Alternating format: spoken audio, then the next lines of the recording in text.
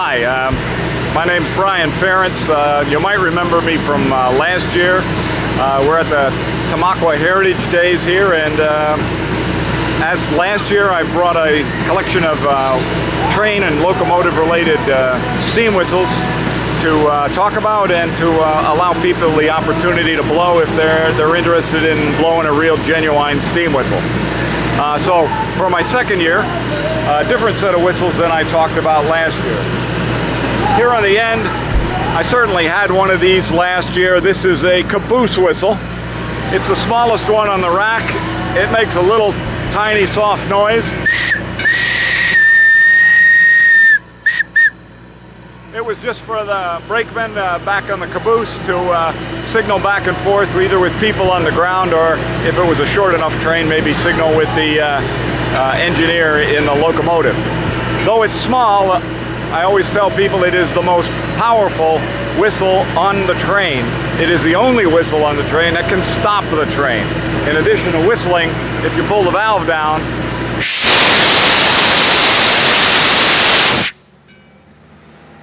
it releases the air from the air brake system, and in about 10 seconds it will apply the brakes to the train and eventually bring the train to a stop. So it's the only whistle on a train that can actually do that.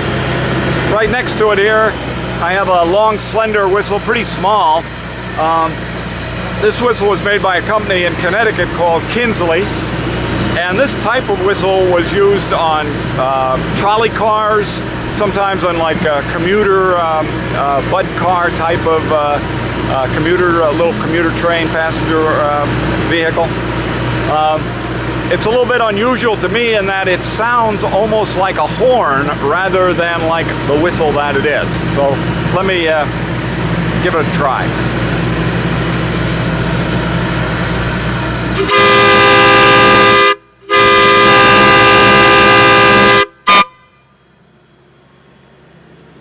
The whistle next to it, again, is a small one. It's only 2 inches in diameter, but it has 3 notes to it. It was made by the famous Crosby company in Boston, Massachusetts, and this size whistle were purchased by the New York City subway system and used for many years on their subway trains. So though it is a true small steam whistle, on the subways it was being blown off their air brake supply. Has a very nice sound, although it's somewhat high-pitched because it's a short little whistle.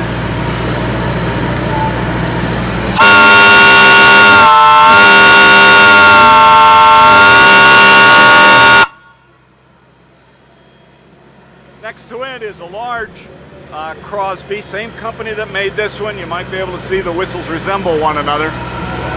This Crosby whistle was their typical locomotive whistle, and they sold whistles to any railroad that needed to buy one. A lot of bigger railroads made their own whistles, but some smaller railroads would just buy a whistle from a company that made them in large quantity. So this is Crosby. They were famous for their 3-chime whistles. They have a very nice musical chord to them, and pretty much all Crosby whistles are going to sound very nice.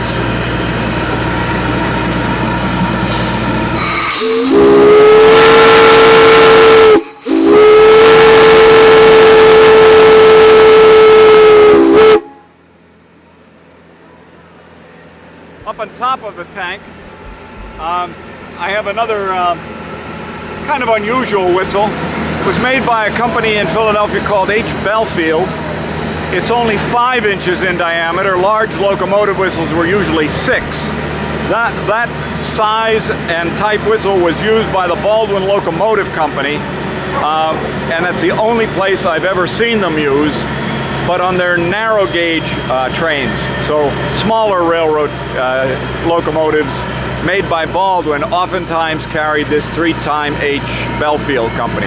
This one came off of a mining railroad out in Utah, and as a result, it is very nice condition. It was in a good environment. It didn't get beat up too much. Again, a very nice sounding 3-chime whistle.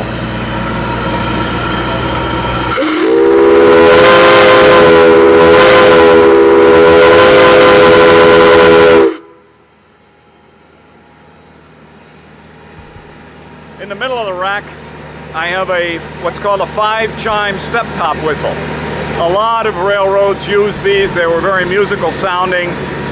They've got 5 notes to them instead of 3 like the Crosby and the Belfield whistle I just blew previously.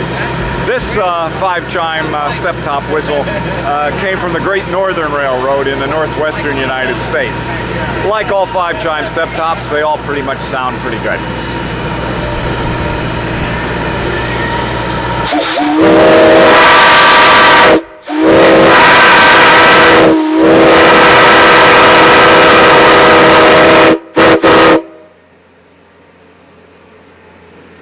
Next to that is a Nathan whistle. Nathan, like Crosby, made accessories for locomotives, pressure release valves and whistles and other devices that were needed on locomotives and on locomotive boilers. This is a pretty early one, right around 1900, maybe the late 1890s. They came out with this really short 3-chime whistle. It was the only size 3-chime they offered, and it was made, I believe, for both narrow gauge and full gauge railroads. So it's not a 5, it's not a 6, it's a 5.5. It was right in the middle size.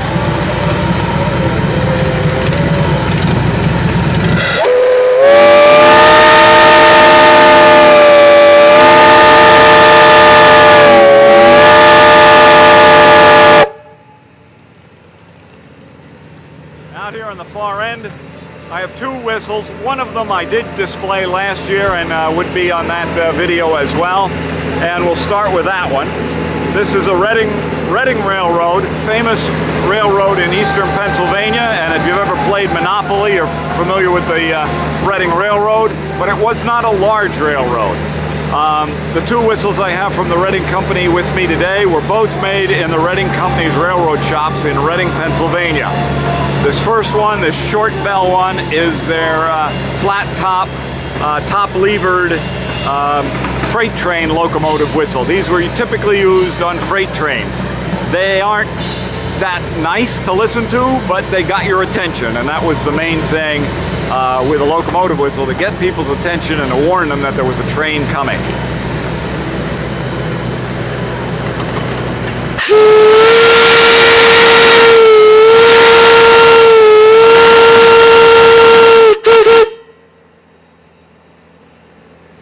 And last but certainly not least, I have a Reading 6-chime locomotive whistle. 6 chimes means it has 6 notes, and that's the most any railroad ever used. A few other railroads did use 6-chime whistles, but Reading made their own with their own design in their own railroad shops. Because it wasn't a big railroad, and because this was one of their later whistles, it's an uncommon whistle. They only ever made less than 40 of these whistles in their shops. I don't know how many survive. I've been looking for a Reading 6-chime for many years and finally was able to acquire one this past June. So there aren't that many of these around anymore. So because of their rarity and because of the nice sound that they make, they're one of the most highly sought after of locomotive whistles.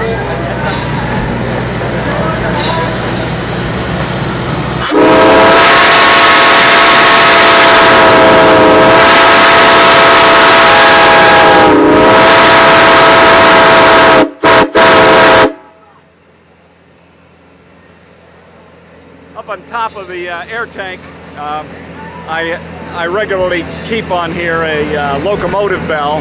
The one that is here is a German-made Locomotive Bell. It was actually constructed during World War II. You expect locomotive bells to be made of bronze, but this one's made of cast iron. During the Second World War, Germany would have been hoarding all of their brass and copper to make shell casings, not for use in bells and whistles. It's a little bit of different design. American locomotive bells have a clapper in them. It's air activated, but it moves back and forth and strikes the side of the bell. This German bell has an air cannon in it that literally fires a small cannonball about 1.5 inches in diameter against the inside of the bell. It's kind of an aggressive way to blow a bell, And so the bell is very heavy, so it doesn't break from the abuse it has to take. So the cast iron in that bell is about an inch thick. And like American ones, it is air activated.